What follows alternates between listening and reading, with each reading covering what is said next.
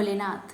प्यारे भक्तगणों, आज आप श्रवण करें श्रावण मास महात्म्य कथा अध्याय 22 और इसके साथ ही श्रवण करेंगे श्रावण मंगलवार माँ मंगला गौरी की व्रत कथा और उसके बाद रसपान करेंगे शिव महापुराण की। आपसे निवेदन है कि कथा को पूरा सुनिए और कमेंट बॉक्स में हर हर महादेव अवश्य लिखिएगा। तो आइए श्रवण करते हैं कथा। इस अध्याय में सुनिए सर्व काम फलप्रद शंकर हरण व्रत। भगवान श्री सदा शिव ने कहा, हे सनत कुमार, श्रावण शुक्ल पक्ष चतुर्थी के दिन सर्व काम फलप्रद संकट हरण नाम का व्रत होता है। श्री सनत कुमार ने कहा, हे देव, किस विधि से व्रत तथा पूजा करनी चाहिए और किस प्रकार उद्यापन करना चाहिए, यह सब आप मुझे विस्तार पूर्वक बतलाए। भगवान सदाशिव बोले, चतुर्थी के दिन प्रातःकाल उठकर दातुन आदि करके पुण्यदाता शुभ संकट हरण व्रत का संकल्प करना चाहिए। हे देवेश, मैं चंद्र उदय तक निराहार रह आपकी पूजा करके भोजन करूंगा। मेरे संकट को आप दूर कीजिए। हे द्विज श्रेष्ठ, इस प्रकार संकल्प करके काले तिलों से स्नान करके तथा सब आहिरिक कार्य करके गणाधीप की पूजा करनी चाहिए। मनुष्य को उचित है कि अपनी शक्ति अनुसार 3 मासे 1.5 मासे या इससे भी कम सोने की प्रतिमा बनवाए। सोने के अभाव में चांदी अथवा तांबे की मूर्ति बनवाई जा सकती है, लेकिन यदि साधक बहुत ही गरीब हो तो मृत्तिका की प्रतिमा बना सकता है। किंतु जिस मनुष्य के पास पर्याप्त धन हो तो उसे इस पवित्र धर्म कार्य के लिए व्यय करने में भी कंजूसी नहीं करनी चाहिए। पहले रमणीय अष्टदल कमल के ऊपर वस्त्र सहित घट स्थापित करना चाहिए। जल भरकर उस पर पूर्ण पात्र तथा प्रतिमा रखकर 16 उपचार द्वारा वैदिक या तांत्रिक मंत्रों से पूजा करनी चाहिए। हे वत्स, तिल युक्त शुद्ध पवित्र घृत से 10 लड्डू बनाने चाहिए। उनमें से 5 गणाधीप के लिए रखने चाहिए। भक्ति द्वारा देवता की भांति उस ब्राह्मण की पूजा करनी चाहिए। फिर यथाशक्ति दक्षिणा देकर प्रार्थना करनी चाहिए। हे वृप श्रेष्ठ, हे देव, आपको नमस्कार है। आपके निमित्त इन 5 लड्डुओं को फलों तथा दक्षिणा सहित दे रहा हूँ। हे द्विज श्रेष्ठ, आप इन्हें ग्रहण करें, आपत्ति से मेरा उद्धार करें। तो कुछ मैंने अधिक अथवा कम किया है, हे विरूप गणेश्वर, वह सब परिपूर्ण हो। सुस्वादु अन्न द्वारा ब्राह्मण को भोजन करवाना चाहिए। चंद्रमा को अर्घ्य देना चाहिए। अब तुम मुझसे उस अर्घ्य मंत्र को सुनो। क्षीर सागर संभूत सुधारूप निशाकर तथा गणेश प्रीतवर्धन, आप मेरे अर्घ्य को स्वीकार करें। इस प्रकार विधि पूर्वक व्रत किया जाए तो गणपति प्रसन्न हो जाते हैं और अभिलषित पदार्थ प्रदान करते हैं। पदार्थों को मनुष्य को स्वीकार कर लेना चाहिए। इस व्रत के करने से विद्यार्थी विद्या, धनार्थी धन, पुत्रार्थी पुत्र प्राप्त कर लेता है, मोक्षार्थी गति, कार्यार्थी कार्य सिद्ध कर लेता है, रोगी को रोग से छुटकारा पा लेता है। आपत्तियों में घिरे हुए व्याकुल मन वाले, चिंता से ग्रस्त अपने सगे संबंधियों के वियोग से दुखी जनों के सभी संकट हरने वाला, इष्ट फल देने वाला, पुत्र पौत्र आदि तथा संपूर्ण संपत्ति देने वाला यह उत्तम व्रत है। अब मैं तुम्हें पूजा तथा जप के मंत्र बतलाता हूँ। पहले ओमकार शब्द, फिर नमः, फिर हे रंभ के अंतर लंबोदर शब्द, तत्पश्चात संकट निवारण शब्द को चतुरांत बनाकर अंत में स्वाहा शब्द कहना चाहिए। वैसे यह 21 अक्षरों का मंत्र है। मनुष्य को चाहिए कि 10 दिशाओं की पूजा करे। हे वत्स, मैं तुमको लड्डू बनाने की एक और विधि भी बतलाता हूँ। शुद्ध घृत से परिपूर्ण तिल सहित मूंग के लड्डू कतरी हुई गिरी डालकर बनाने चाहिए। लड्डू श्री गणेश जी को समर्पित करने चाहिए। अलग अलग नाम पदों द्वारा गणनाथ की पूजा करनी चाहिए। हे मुनिशतम, तुम मुझसे उन नामों को सुनो। गणाधीप, आपको नमस्कार है। उमापुत्र, अघनासन, एकदंत, दंत वक्त्र, मूषक वाहन, विनायक, ईशपुत्र, सर्वसिद्धि प्रदायक, विघ्नराट, स्कंद गुरु, सर्व संकट नाशन, लंबोदर, गणाध्यक्ष, गौर्य मंगल संभव, धूम्रकेतु, भालचंद्र, असुर मर्दन, विधा निधान, विकट और शूर्पकर्ण, आपको नमस्कार है। इन 21 नामों द्वारा गणेश की पूजा करनी चाहिए। भक्ति द्वारा विनम्र हो प्रसन्न मन से देव की प्रार्थना करके कहना चाहिए, हे विघ्नराट, उमापुत्र, अघनासन, आपको नमस्कार है। मैंने आज अपनी शक्ति के अनुसार जिस कार्य के लिए आपकी पूजा की है उससे आप मुझ पर प्रसन्न हो, मेरे मन की सभी इच्छाओं को पूरा करें। प्रभु, आपकी दया से ही मैं सब कामों को कर पाया हूँ। मेरे शत्रुओं की बुद्धि का नाश तथा मित्रों का उदय करे। इस प्रकार प्रार्थना करके अष्टोत्तर रसत होम करना चाहिए। व्रत की समाप्ति के लिए लड्डू का वायन देना चाहिए। फलों से युक्त 7 लड्डू रखकर कहना चाहिए, गणेश की प्रसन्नता के लिए यह मैं ब्राह्मण को दे रहा हूँ। फिर उत्तम कथा सुनकर बड़ी अच्छी तरह से अर्थ दे। हे सतमे, आगे दिए मंत्र से 5 बार चंद्रमा को अर्घ देना चाहिए।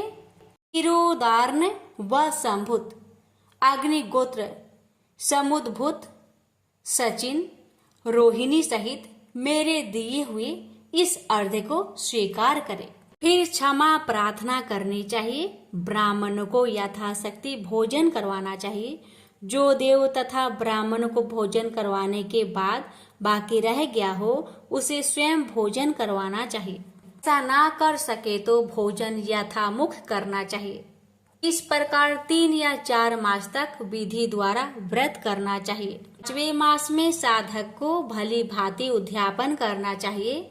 साधक को पहले व्रत कुंड की शक्ति अनुसार प्रतिमा बनानी चाहिए। भक्त को चाहिए कि पहले वाली विधि से पूजा करके सुगंधित चंदन तथा नाना प्रकार के फूलों द्वारा पूजा करनी चाहिए। समाहित होकर नारिकेल फल से ही अर्घ देना चाहिए तथा ब्राह्मण को फल संयुक्त वाहन दान करना चाहिए। सूप और पायस दक्षिणा सहित गणेश की सोने की मूर्ति लाल कपड़े से बेशिष्ट कर ब्राह्मण को देनी चाहिए। व्रत समाप्ति के लिए 5 सेर तिल देना चाहिए और क्षमा प्रार्थना करके कहना चाहिए, विघ्नेश इससे प्रसन्न हो। इस प्रकार उद्यापन करने मात्र से ही अश्वमेध के फल की प्राप्ति होती है, सारी इच्छाएं पूर्ण हो जाती है। सनत कुमार, मेरे कहने से पूर्व पार्वती ने इस व्रत को 4 मास तक संकल्प की प्राप्ति के लिए किया था। 5वें मास में उन्होंने कार्तिकेय को पुत्र स्वरूप में देखा था। महर्षि अगस्त्य ने समुद्र पान के समय इस व्रत को किया था। 3 मास के बाद उनको विघ्नेश ने प्रसाद से सिद्धि प्राप्त हो गई थी।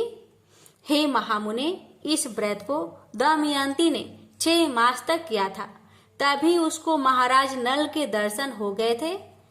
अनिरुद्ध को खोजती हुई चित्रलेखा ने इसे किया। वह कहाँ गए, उन्हें कौन ले गया?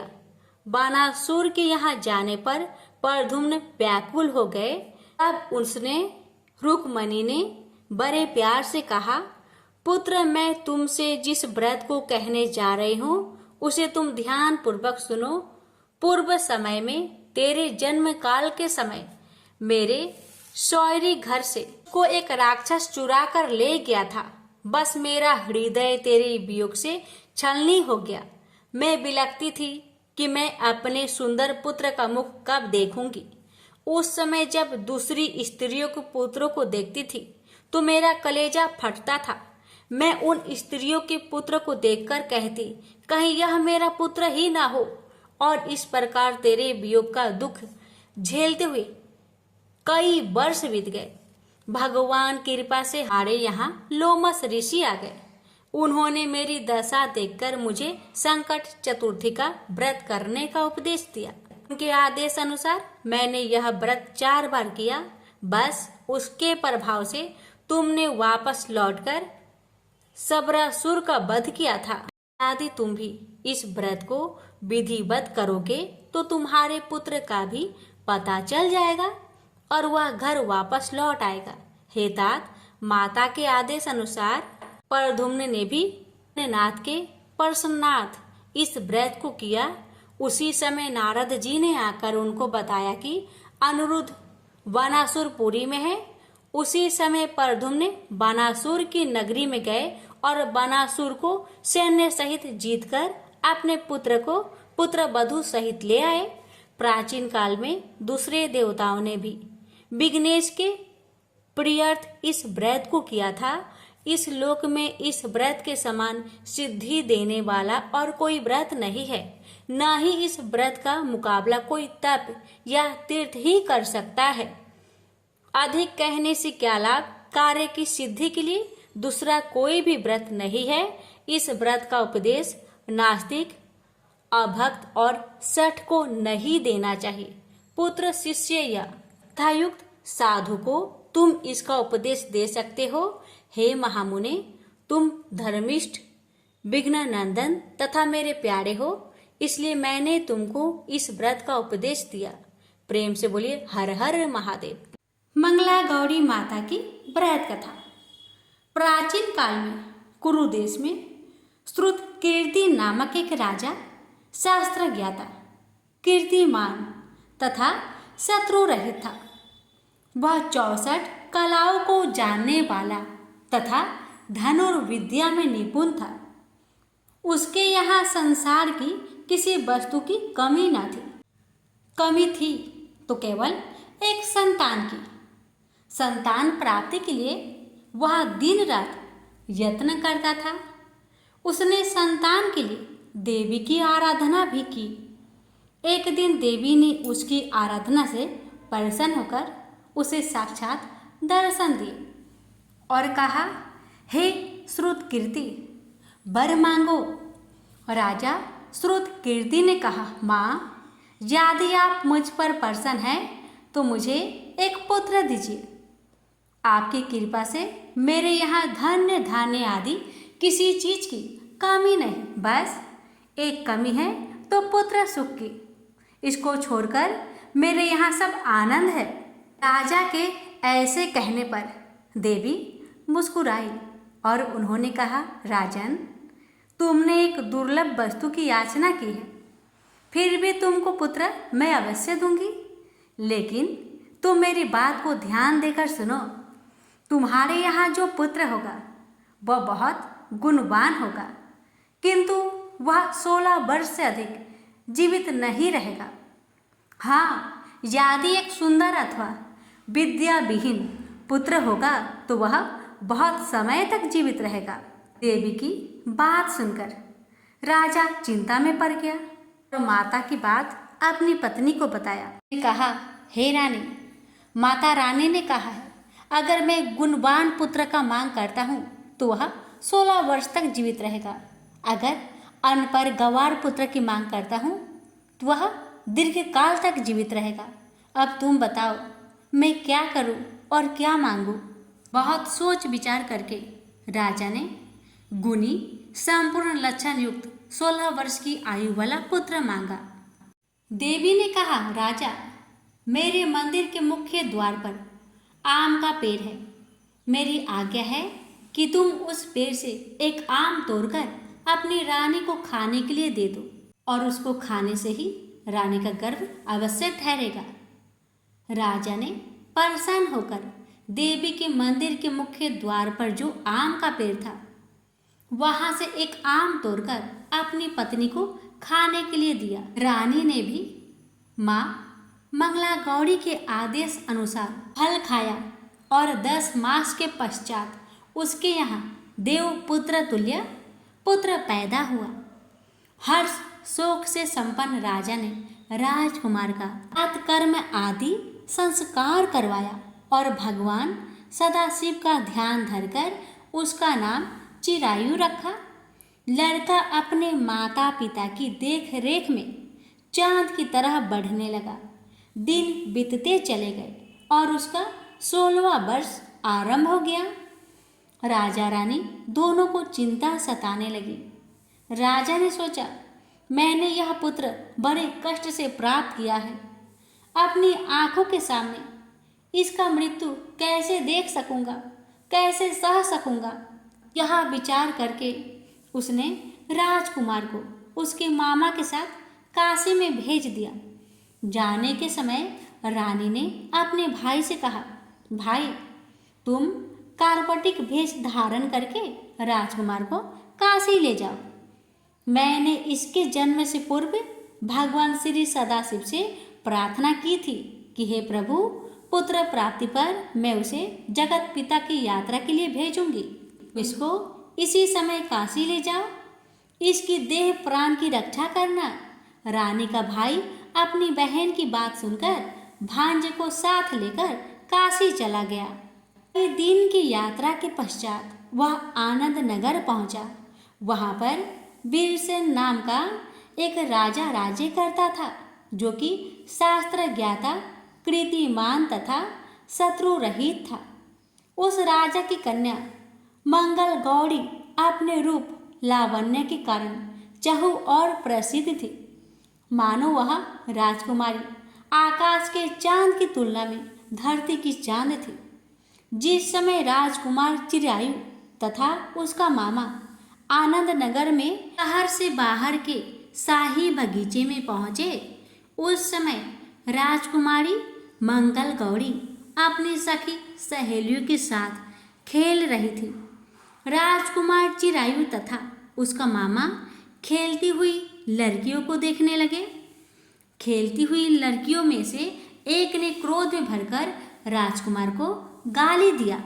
बालिका को क्रोधित और दुर्वचन कहते देखकर राजकुमारी ने उस बालिका से कहा, हे सखी, तुम गाली क्यों दे रही हो? तुम दुर्वचन क्यों कहती हो? मेरे संग अयोग्य वाणी बोलने वाली कोई भी स्त्री नहीं है। देखो, मंगला गौरी के प्रसाद एवं मंगला गौरी व्रत के प्रभाव से मेरे हाथ से जिसके माथे पर चावल गिर जाए, उसके साथ मेरा विवाह हो जाने पर यदि वह थोड़ी आयु वाला है तो भी चिरायु हो जाएगा। इसके बाद सब बालिकाएं अपने अपने घर को लौट गई। उस दिन राजकुमारी का विवाह वाहिक देश के ढिंड धर्मा राजा के पुत्र सुकेतु नाम वाले राजकुमार से होने वाला था। लेकिन सुकेतु मूर्ख, कुरूप तथा बहरा था। वर पक्ष वाले उसकी बजाय विवाह मंडप में अन्य अच्छा वर ले जाने की इच्छा प्रकट कर चुके थे। विवाह के पश्चात सुकेतु के बजाय प्रस्तुत वर को भगा दिया जाएगा और सुकेतु वाहिक देश को अपनी पत्नी लेकर लौट जाएगा। ऐसा विचार करके वर पक्ष के कुछ आदमी चिरायु के पास जाकर उसके मामा से कहने लगे, यह बालक तुम हमें दे दो, इसके द्वारा हमारा कार्य सिद्ध होने वाला है।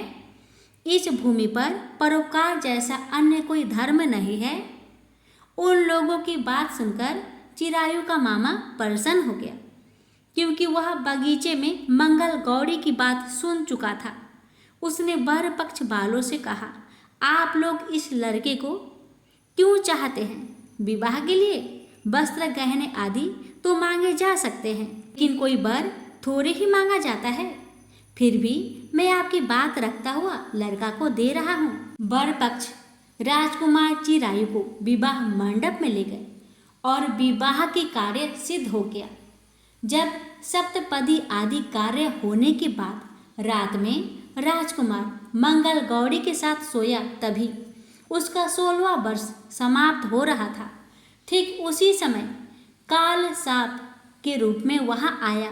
संयोगवश उसी समय राजकुमारी की नींद खुल गई और वह सांप को देखकर मारे भय के कांपने लगी।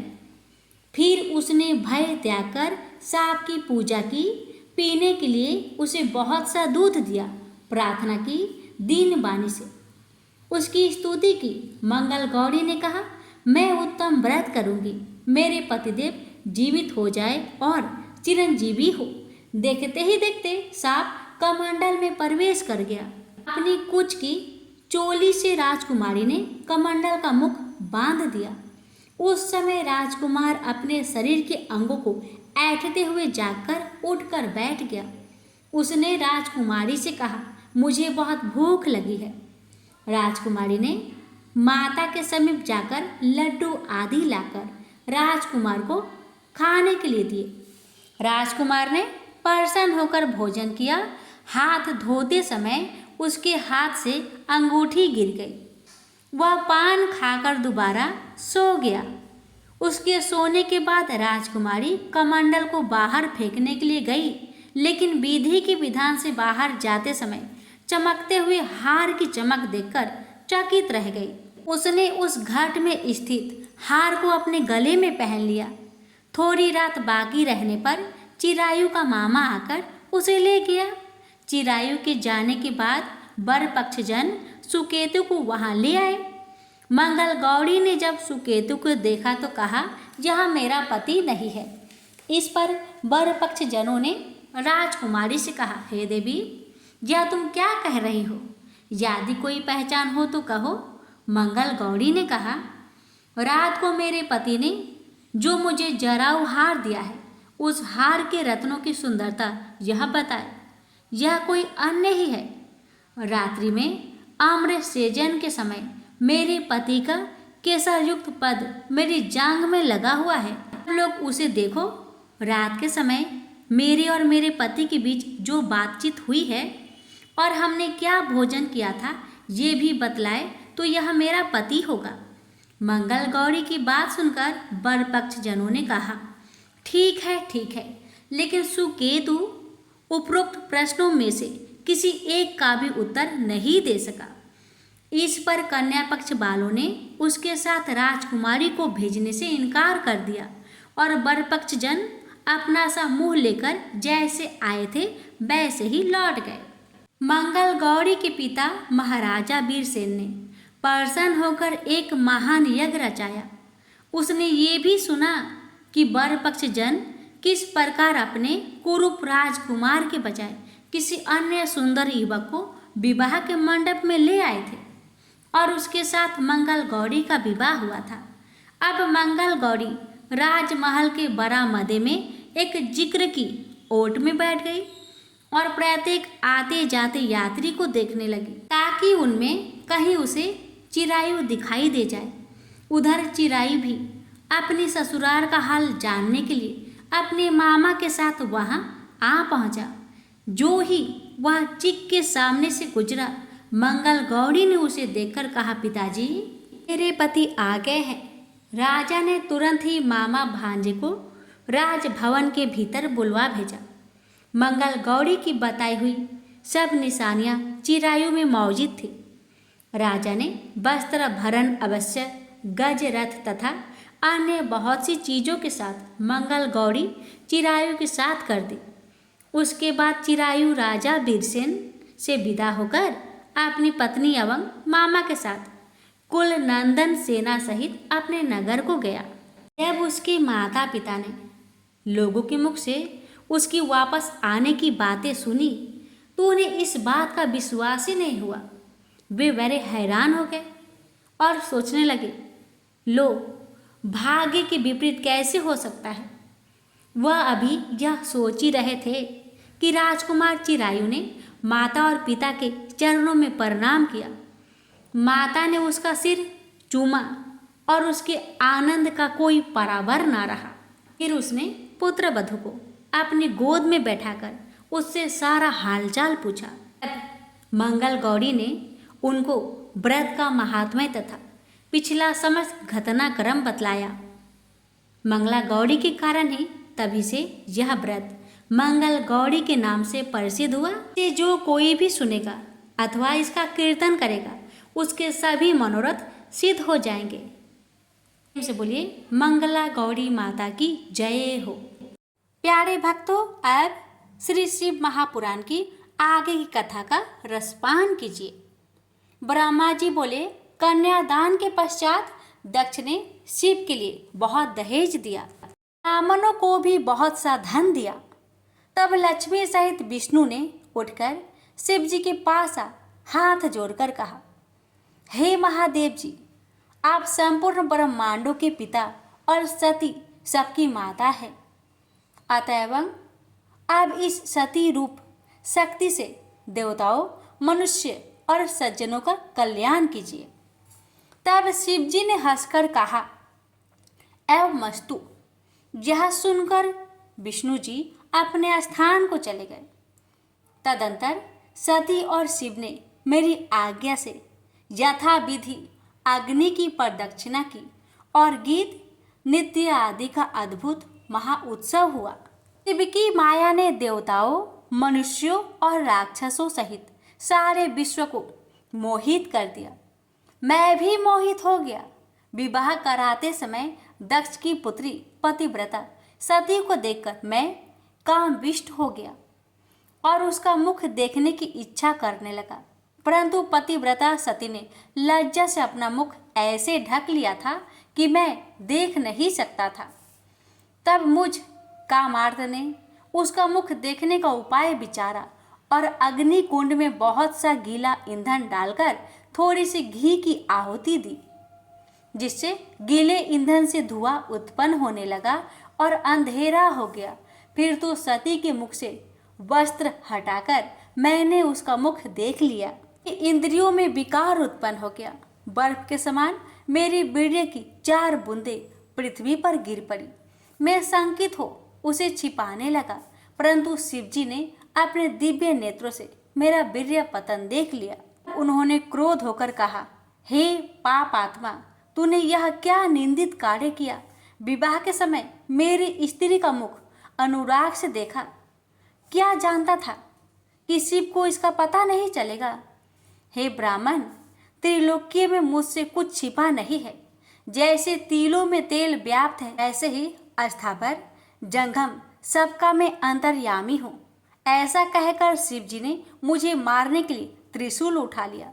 मरीचि आदि मेरे मानस पुत्र हाहाकार करने लगे।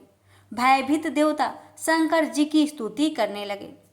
दक्ष ने भी सामने जा हाथ उठाकर शिव जी को शीघ्र ही रोका। शिव जी ने कहा, विष्णु जी के कहने के अनुसार मैं सती को काम दृष्टि से देखने वाले को मार डालूंगा। ब्रह्मा ने आशा भरे नेत्रों से सती को क्यों देखा? इसका वीर्यपात भी हो गया। अतएव मैं इस अपराधी का वध करूंगा। शिव जी के ऐसा कहते ही सारे देवता कांप उठे। उसी क्षण विष्णु जी ने आकर क्रोधविंत शिव जी की बड़ी स्तुति की। धृंध्रव्रती शंकर ने कहा, हे विष्णु, तुम मुझे प्राणों से भी प्रिय हो। मुझे हटाओ नहीं, इस दुष्ट को मारने दो। यह बड़ा दुष्ट है। मैं इस महापापी को मारूंगा। अब सृष्टि को मैं स्वयं ही रचूंगा अथवा अपने तेज से दूसरा ब्रह्मा बना लूंगा। पर विष्णु जी ने मुस्कुराते हुए कहा, हे ईश्वर, प्रतिज्ञा दूसरों के लिए होती है, अपने के लिए नहीं। आप विचार कीजिए, यह प्रतिज्ञा पूर्ण करने की बात नहीं है। हम तीनों देवता आपके ही स्वरूप हैं। शिव जी ने कहा, नहीं, यह ब्रह्मा प्रत्यक्ष भिन्न है। विष्णु ने कहा, नहीं, ना तो ब्रह्मा आपसे भिन्न है और ना मैं तथा आप भी मुझसे भिन्न नहीं है। हे सर्वज्ञ, आप सब कुछ जानते हैं, परंतु इसी बहाने सबको सुनाना चाहते हैं। इससे क्या होगा? क्या हम तीनों देवताओं में कुछ अंतर पड़ सकता है? कदापि नहीं। आप शिव ही अनंत और सर्वरूप है, जिसमें नित्य और दीर्घ आदि का कुछ विशेषण नहीं। विष्णु जी के इस प्रकार बहुत कहने पर शिव जी ने मुझे नहीं मारा और वे महादेव फिर प्रसन्न हो गए।